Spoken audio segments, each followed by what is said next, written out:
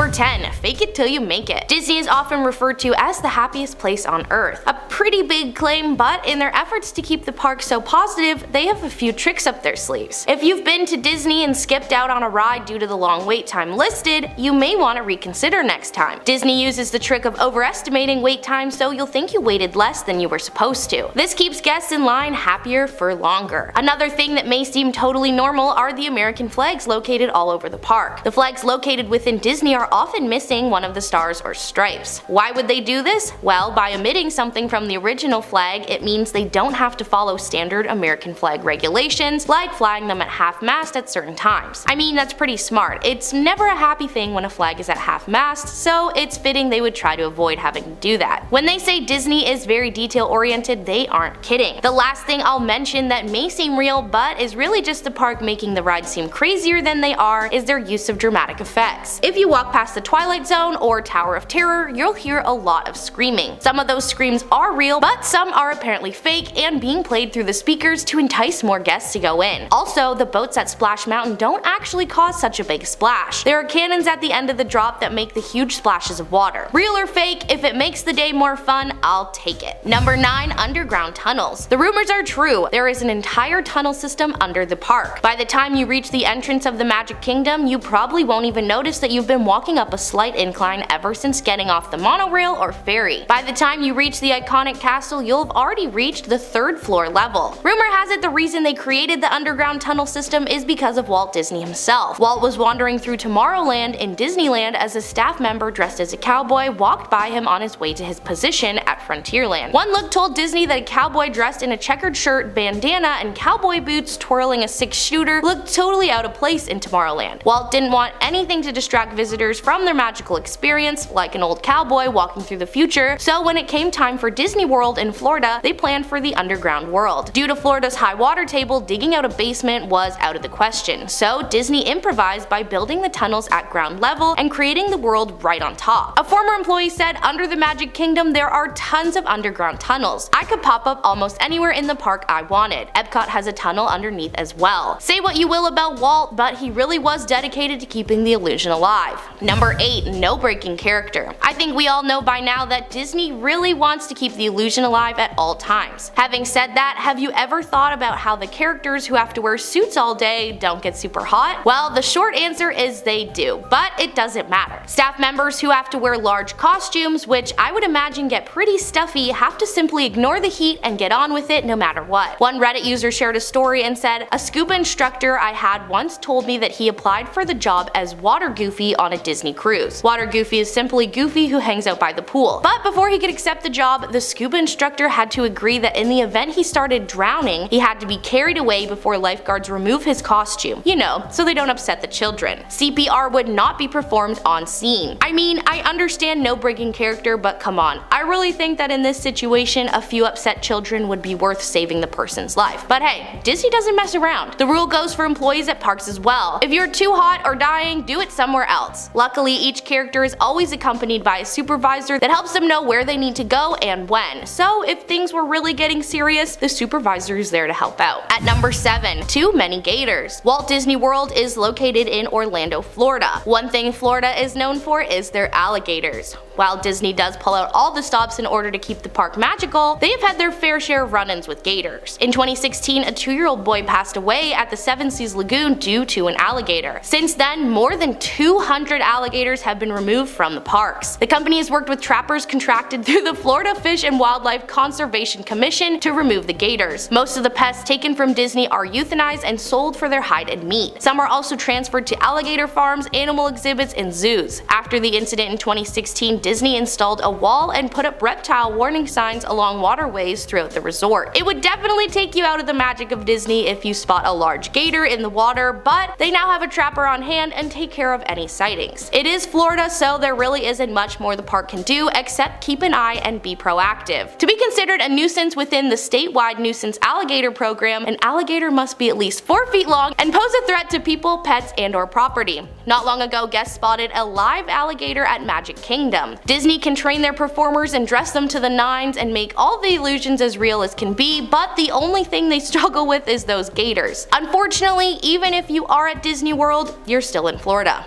Number 6. Strict appearance rules. Dressing as a Disney princess sounds like a pretty good gig, and I think many who have had the job would say that it is. But they may also tell you it's a job that comes with a whole lot of pressure. Working as a Disney princess takes a whole lot more than just throwing on the dress and waving to the guests. All of the performers have to undergo several rounds of auditions, with staff usually having to play multiple characters in the park depending on staffing. When auditioning, everything is being considered: your height, weight, voice, etc. In order for the character to get their voices just right, the performers will watch Disney movies of their characters and repeat the lines back. For most girls, the character's voice is higher than their real voice, so high that some women will go on vocal rest due to strained vocal cords. One former employee shared that despite participating in Disney's college program, she was never able to play a face character because she was too ethnic looking, despite being Italian. Disney favors light hair and skin people so they can play multiple characters. Another employee shares that many of her colleagues have been disapproved of working as face characters because they've either aged or gained weight. It's not a good job for your self-esteem, it sounds like. Apparently, they bring you in once a month, put you in the costume, and reevaluate you. If you're disapproved due to weight gain, you wouldn't be fired, simply switch to a more covered up character. This has led to employees feeling body shamed or that they need to take unhealthy measures to stay thin. Basically, Disney doesn't play around with continuity. The Cinderella you see in the morning will be the same you see in the afternoon, regardless if it's the same actor or not. At number 5. Painful costumes. Becoming a character from such loved Disney movies and meeting kids that think you're the real deal would definitely be fun. But I think the amount of fun you have as a staff member really depends on which character you are. Former character employees told Mental Floss that they've been basically beaten up by visitors and little kids, but the real wear and tear comes from the fur costumes. Apparently every character employee starts out as a fur character, and these costumes can weigh as much as 47 pounds. In 2005, the last year this data was available,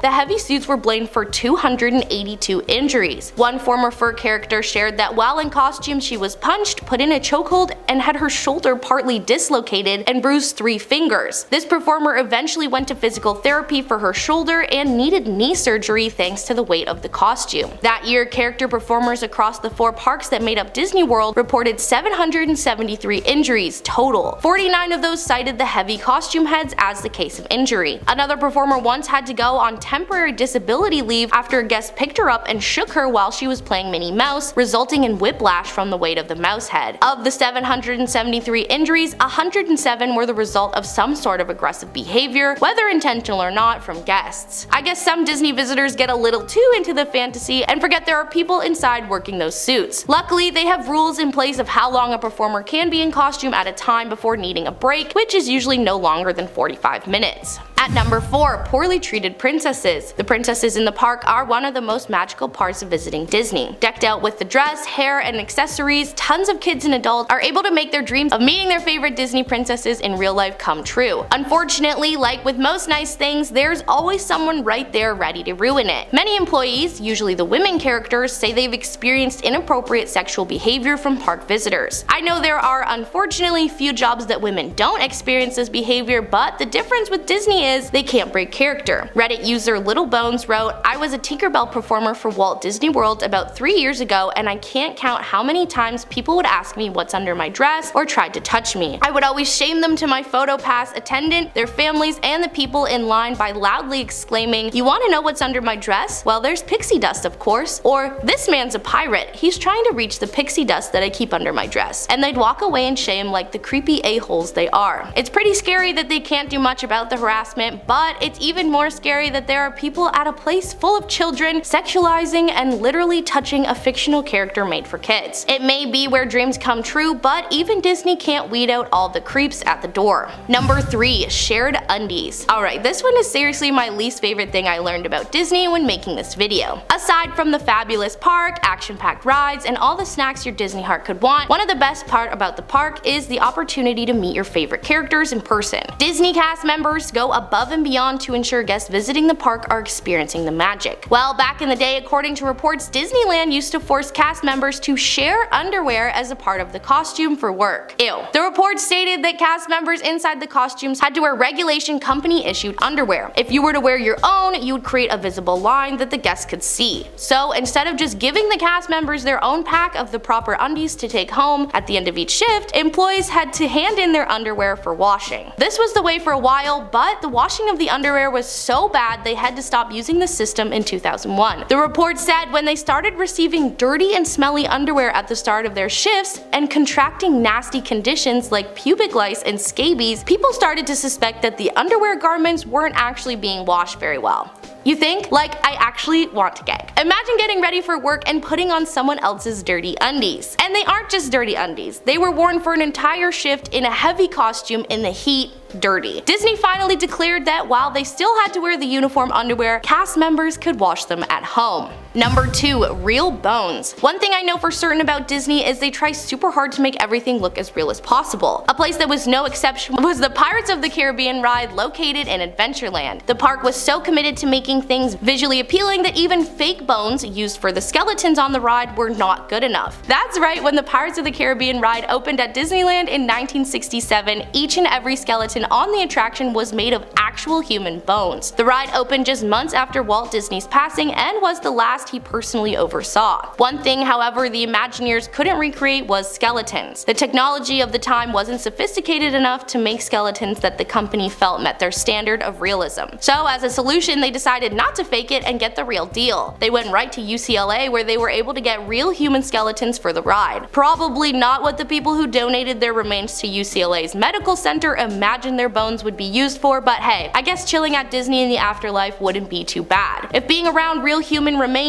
gives you the creeps, don't worry because they didn't last forever. Eventually, as fake skeletons and technology improved, a new generation of Imagineers were able to replace the real ones. After being replaced, the real remains were later returned to their countries of origin and given a proper burial. Today, Disneyland says there are no longer any human remains on the ride. That being said, some people are still unconvinced. Jason Petros of Ears Up Disney podcast has a blog post detailing where he believes there are 4 remaining instances of, well, remains. I can't see why they wouldn't remove all the old bones, but hey, you never know, Disney does love its Easter eggs. And at number 1, spreading ashes at Haunted Mansion. The Haunted Mansion is one of Disney's most famous attractions, located in Liberty Square at Magic Kingdom Park. While it is called the Haunted Mansion, it's not actually haunted, and they keep the scare factor pretty mild. That being said, the mansion does hold a pretty haunted secret. Apparently, a lot of people like to scatter the ashes of their loved ones at the park, but more specifically inside the Haunted Mansion. I mean, if you're gonna spread ashes at Disney, the Haunted Mansion does seem like a pretty fitting place. It sounds a bit wild, but in 2018 a report by Wall Street Journal confirmed this fact and even stated that custodians at the park use code words to tackle said problem. HEPA cleanup is used, named after the special vacuum filter needed to suck up very fine particles like ashes and their residue. A story about the Haunted Mansion ride states that people believe that by scattering the ashes on the ride, they join the ghosts and live in the theme park forever. Considering Disney is referred to as the happiest place on earth, I understand why some people would have their wish to be scattered there. However, every time someone sneaks ashes into the park, whether it be in medicine bottles, purses, or makeup compacts, without proper permission, it violates the health and safety code and they have to shut down the park because of it. One Disney custodian told the Wall Street Journal, "The Haunted Mansion probably has so much human ashes in it that it's not even funny."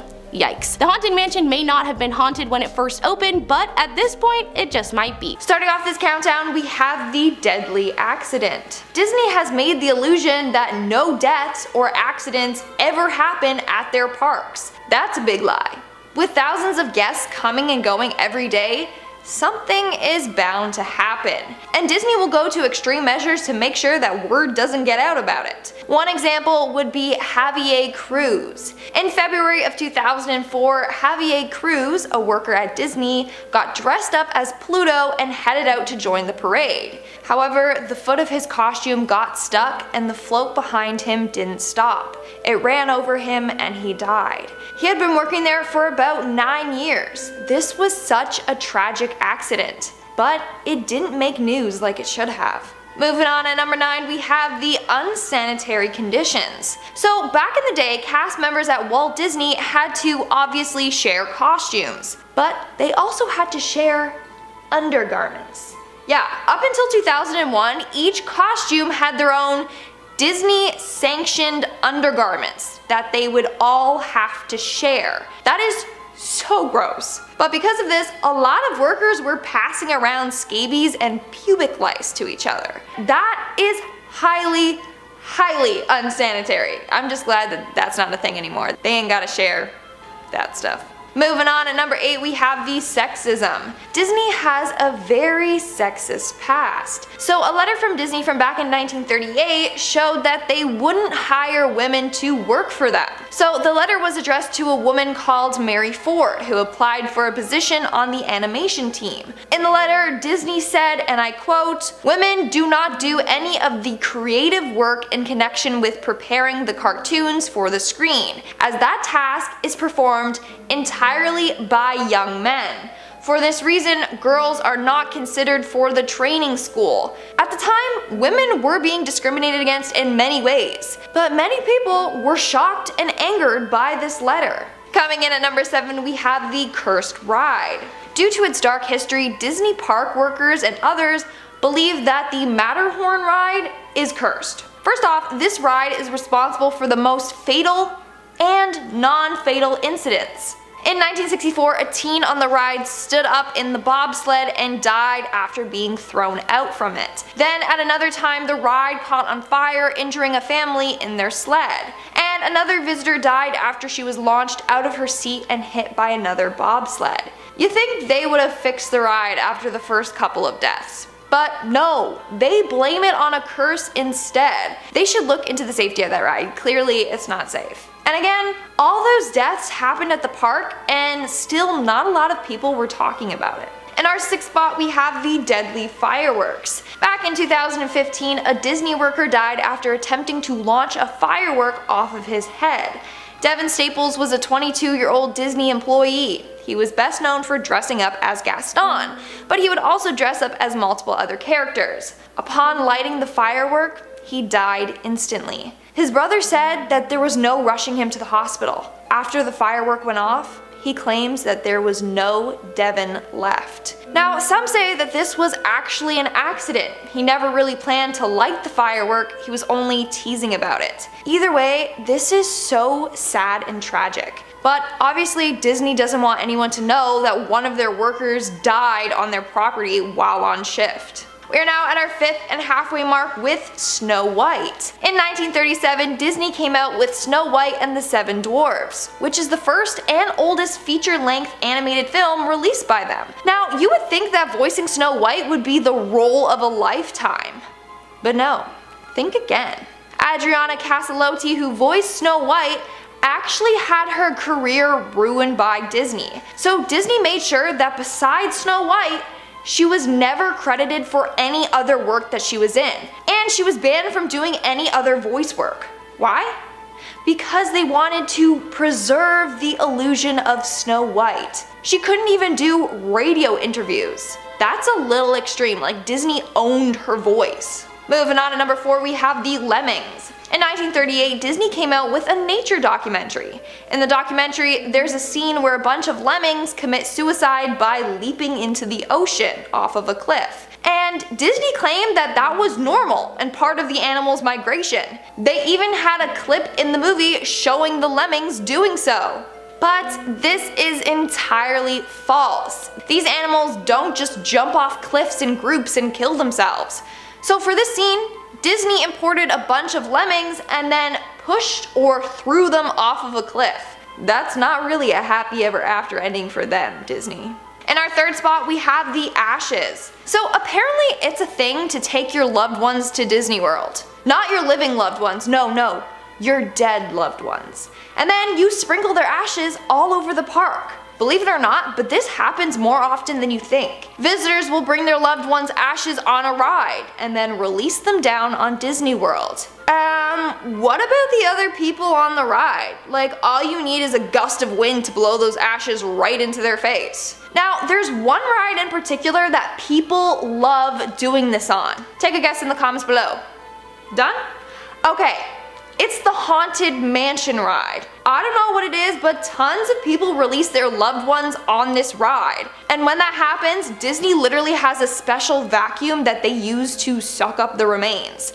Like, they have a protocol in place for when people do this, cause it happens so often. That's so messed up. Maybe don't do that, cause your loved ones are just gonna end up in a vacuum. and then in the trash. Moving on to number 2, we have the alligator attacks. So once upon a time, Disney had a really bad alligator problem. But obviously they didn't want park guests to worry, so they kept downplaying the problem. From 2006 to 2015, 220 alligators had to be removed from Disney World. Then from 2015 to 2016, there was a massive increase of gators at the park. Since Disney is connected to waterways that intersect with lakes and rivers, alligators have an easier access to Disney than they admitted to. Sadly, in June of 2016, a young park guest was killed in an alligator attack. That's when Disney was exposed for downplaying the seriousness of their alligator problem. And in our number 1 spot, we have Debbie Stone.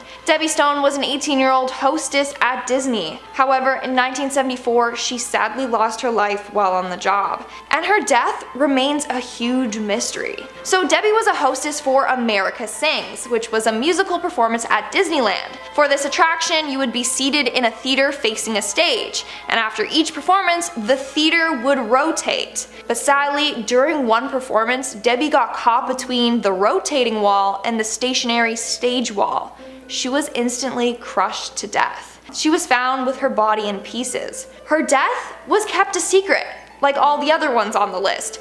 Disney didn't want the other workers to hear about it, and her friends working at Disney were not allowed to even make a memorial for her. But the mystery remains. How did Debbie end up between the walls? Was she pushed?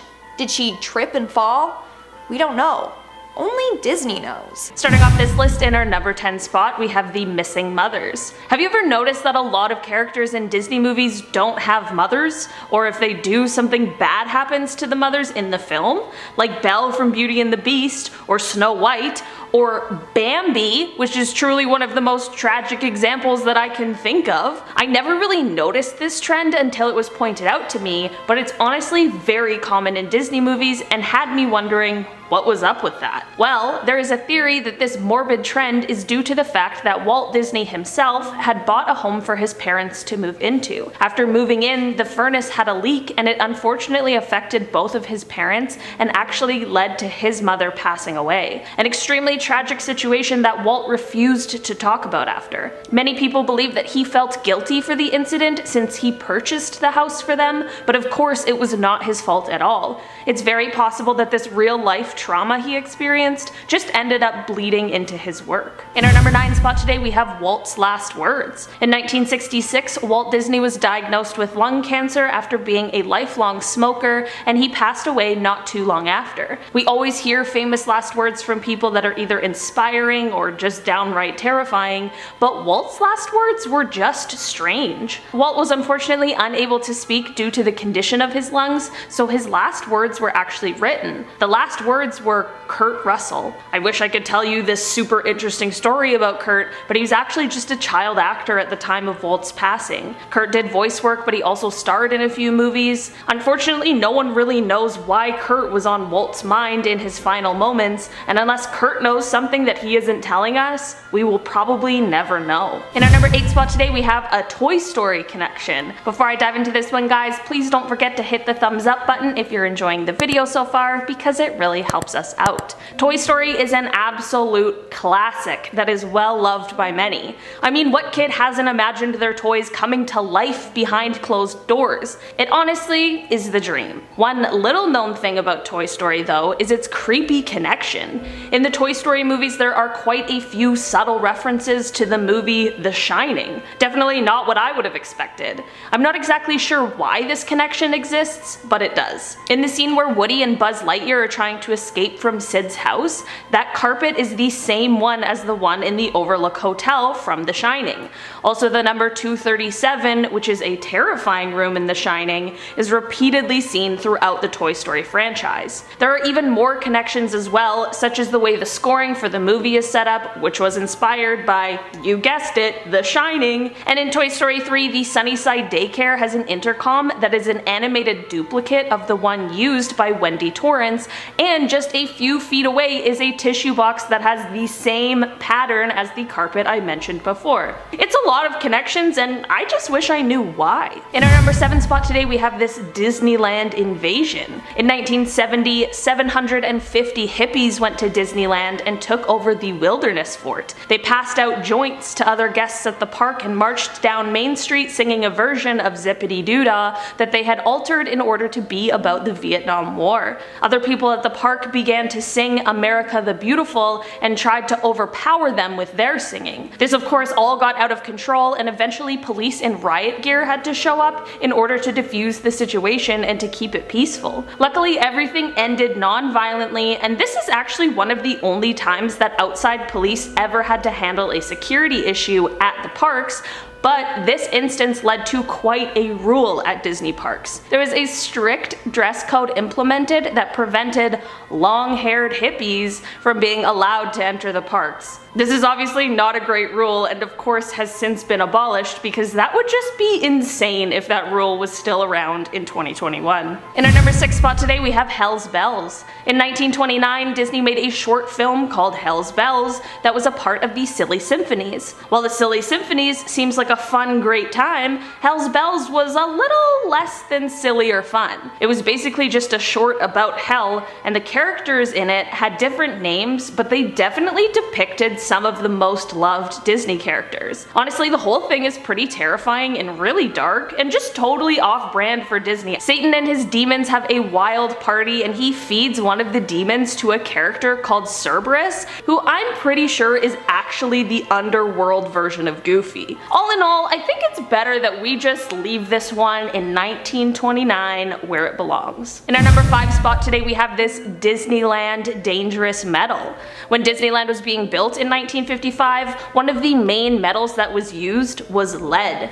This is insane since it's poisonous to humans. It just seems like someone would have caught this fatal flaw. Research has shown that prolonged exposure to lead can impact the reproductive and nervous system in really terrible ways, and it can also even cause cancer. If you're just taking a ride or two, it's probably not the worst thing in the world, but working at the park, especially if you're on the maintenance team, this could definitely have some extremely harmful side effects. Eventually testing was done that found that the Peter Pan ride, the Haunted Mansion, Mr. Toad's Wild Ride, and the Sword in the Stone statue, as well as even more, were containing high levels of lead.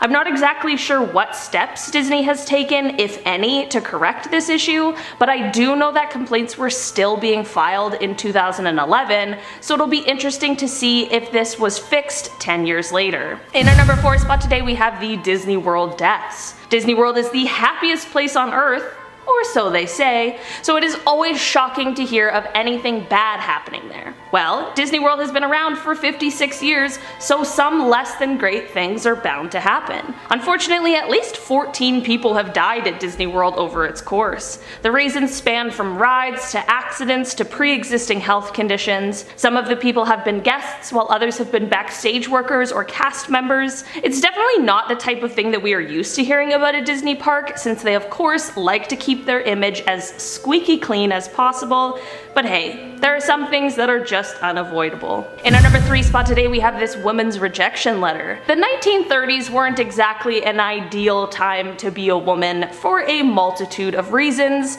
and one of them just happens to be the difficulty in finding employment. Women who applied to be animators at Disney Studios constantly found themselves being turned down because of the fact that they were women. One woman named Miss Frances Brewer was one of the many women who applied for a position, and this is the rejection letter that she received from Disney Studios. Women do not do any of the creative work in connection with preparing the cartoons for the screen, as that work is performed by young men. For this reason, girls are not considered for the training school. To qualify for the only work open to women, one must be well grounded in the use of pen and ink, and also of watercolor. The work to be done consists of tracing the characters on clear celluloid sheets with India ink and filling in the tracings on the reverse side with paint according to directions. With how far we've come from this time in America, it just feels so shocking to know that this was once the norm for women. In our number 2 spot today, we have this goldfish incident. Finding Nemo is an amazing movie, and no one can convince me otherwise, but one thing I didn't know is the effect that it caused on goldfish everywhere. I know Nemo isn't a goldfish,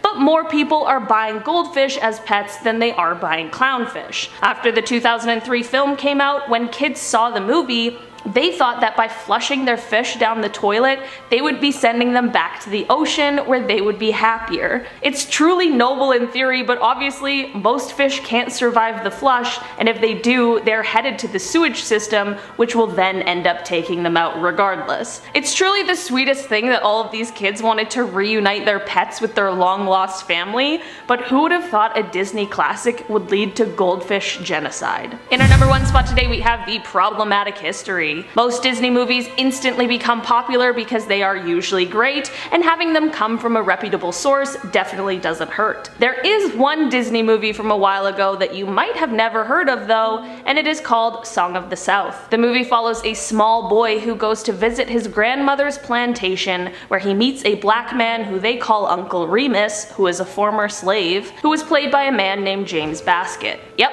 that is unfortunately a real movie that was made by Disney, and the reason you may have never heard of it is because it is obviously super racist. What's worse is that the movie actually won an Academy Award for Best Song in 1947 for Zippity Doo-Dah. It's safe to say that this movie has since been buried, and it should definitely stay that way. Starting off this countdown, we have Scar's corpse. The Lion King's character Scar can be seen in Hercules, but he's not alive. No, they show his dead body, which is pretty dark, Disney. Sheesh. So in Hercules, there's a scene where Hercules is wearing a lion on his body while he's getting painted. He then takes it off and throws it on the floor, and we can clearly tell that it's the body of Scar. So after the Lion King, Scar was skinned and then given to Hercules. How dark. And this was actually confirmed by Disney's lead animator. Andreas Deja worked on animating both Hercules and Scar in The Lion King. So they threw this in as a little Easter egg. In our 9th spot, we have The Shining. And if you guys are liking this video so far, why don't you hit that thumbs up button, because it really helps us out and I appreciate it. Stephen King's The Shining was referenced an awful lot all throughout Toy Story, which is super whack because we all know that The Shining is not a kids movie, and it's certainly not Disney friendly. First, let's take a look at the first Toy Story. Fans were quick to point out that the carpet in Sid's house looks exactly like the carpet in the hotel in The Shining. I mean, they are different shades, but it's the exact same design, which is also quite clever because then they're trying to use this to symbolize how terrified the toys feel inside of Sid's house by comparing it to how the characters felt living in the hotel in The Shining. Like 10 out of 10. That was super well done. But that's not all. There was another reference to The Shining, but this time in Toy Story 3. They used the number 237 a lot throughout this film. 237 is referenced to room 237 in The Shining. This number can be seen on the license plate of a garbage truck, on a message Woody sent to a toy whose code name is Velocitar 237, and on the side of a security camera in Sunnyside Daycare. In fact, one of the editors on the film admitted that these were all references to The Shining. I mean, it's kind of a weird movie to reference in a kid's film, but whatever. Moving on, at number 8 we have Melted Olaf. Sadly, a lot of Disney characters don't have the happy ever after we thought they did. Next, let's take a look at Olaf from Frozen. He's such a fun and loving character, but sadly, he doesn't have the best ending. Sometime after Frozen, Olaf dies. He melts away. And his body can be seen in Moana. If you take a close look at the supplies Moana is carrying with her on her boat, you can see an oddly shaped carrot and a stick that looks like a hand. Looks exactly like Olaf's nose and hands. So Moana was using his nose as food and his arms as a possible fire starter for her mission. Well, that's dark. In our 7th spot, we have Finding Nemo. Again, For this next Easter egg, let's take a look at the tearjerker of a movie, Brother Bear. For real, if this movie didn't make you cry, then you're a monster, or your heart is made out of ice. Anyways, in one scene when the character is salmon fishing, we can see Nemo among the group of salmon that's about to be caught and eaten. First off, how the hell did Nemo, a tropical fish, get so far north? Like, Marlin must be tired of looking for your ass. Anyways, what does this mean? Well, it means that Nemo, the little rascal, went out again and got lost somehow. And then he ended up as someone's meal. I doubt he made it out alive this time. Now, it turns out that at this time, Disney and Pixar were feuding, so that might be why this creepy little cameo was put into the film. In our sixth spot, we have Skinned Sully. Now, I love the movie Monsters, Inc., so this one is pretty dark for all you fans out there. But Sully is dead. Yep, you heard me. He died sometime after Monsters, Inc. was released. So in the film, Randall always mentions how bad humans are. At one point, he says that humans skin monsters and make toilet seat covers out of their fur. Sadly, this foreshadowed the fate of Sully. In a Toy Story short called Toy Story Toons, Partysaurus Rex, there's a scene where we see a kid taking a bubble bath. And it just so happens that in the bathroom on the toilet seat is a fuzzy Sully seat cover. So Randall was right. Humans do skin the monsters and turn them into toilet seat covers. Poor Sully, he ended up being skinned alive. I wonder what happened to Mike then. We're now at our fifth and halfway mark with Boo Went Crazy. This next Disney Easter egg is accompanied with a pretty dark and crazy theory, so buckle your seatbelts. In the movie Brave, in the witch's workshop, we can see a wood carving of Sully. Why would that be there? First off, Brave takes place hundreds of years before Monsters, Inc. does. The witch and Sully didn't exist at the same time, but she drew him, meaning at some point in her life, she must have met him. Well, theory goes that this witch in Brave is Boo from Monsters, Inc. I know it seems wild right now, but just hear me out. So Monsters, Inc. takes place in the future when humans don't exist anymore. It's theorized that the monsters use the doors to go back in time to a child's house to then collect their energy. Meanwhile, in Brave, we see that the witch magically disappears when she goes through doorways. Just like the scarers from Monsters, Inc. do. So theory goes that Boo couldn't forget about Sully. She missed him so much that when she grew up, she figured out how to teleport through doors. She then teleports through these doors in an attempt to stumble across Sully again.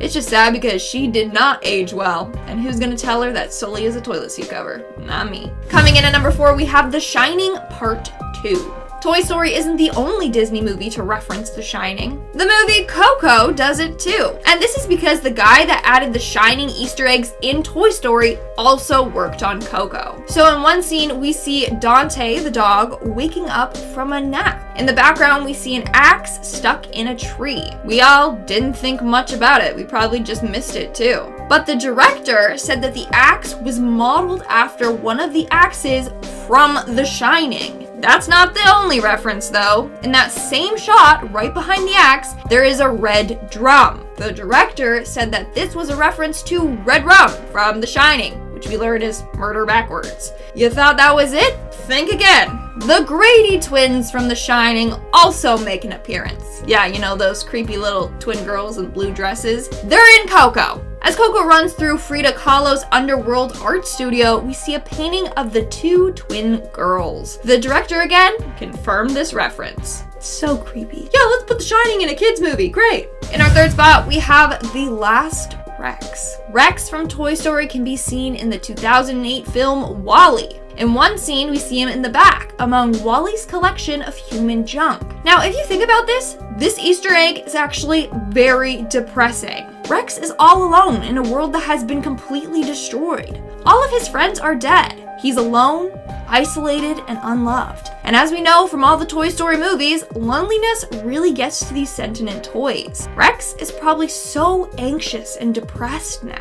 Moving on to number 2, we have Herbie Fully Drowned. Speaking of sentient things, our favorite car Herbie from Herbie Fully Loaded has died. This car has made a cameo in a number of Disney movies, but sadly, his time has come to an end. In Finding Dory, there's a scene where we see Herbie at the bottom of the ocean. He's badly badly decayed and covered in moss, meaning he's been down there for quite some time. Now, I don't know if Lindsay Lohan pushed the car into the ocean or what, but we all know that cars and oceans, or large bodies of water, don't mix. So sadly, his time has come to an end. And in our number 1 spot, we have the 3 Little Pigs. Disney is sick for this next Easter egg. So for this one, let's jump back in time and take a look at Disney's animated short, The 3 Little Pigs. In one scene, we see the pigs singing and dancing in one of their homes. But beside them, in the back, is a framed picture of sausages. As we all know,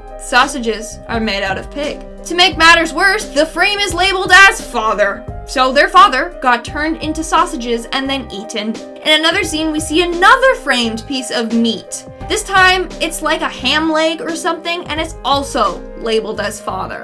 So the 3 Little Pigs' father was killed, hacked up, and sold as different meat items. Like, that is so twisted and sick.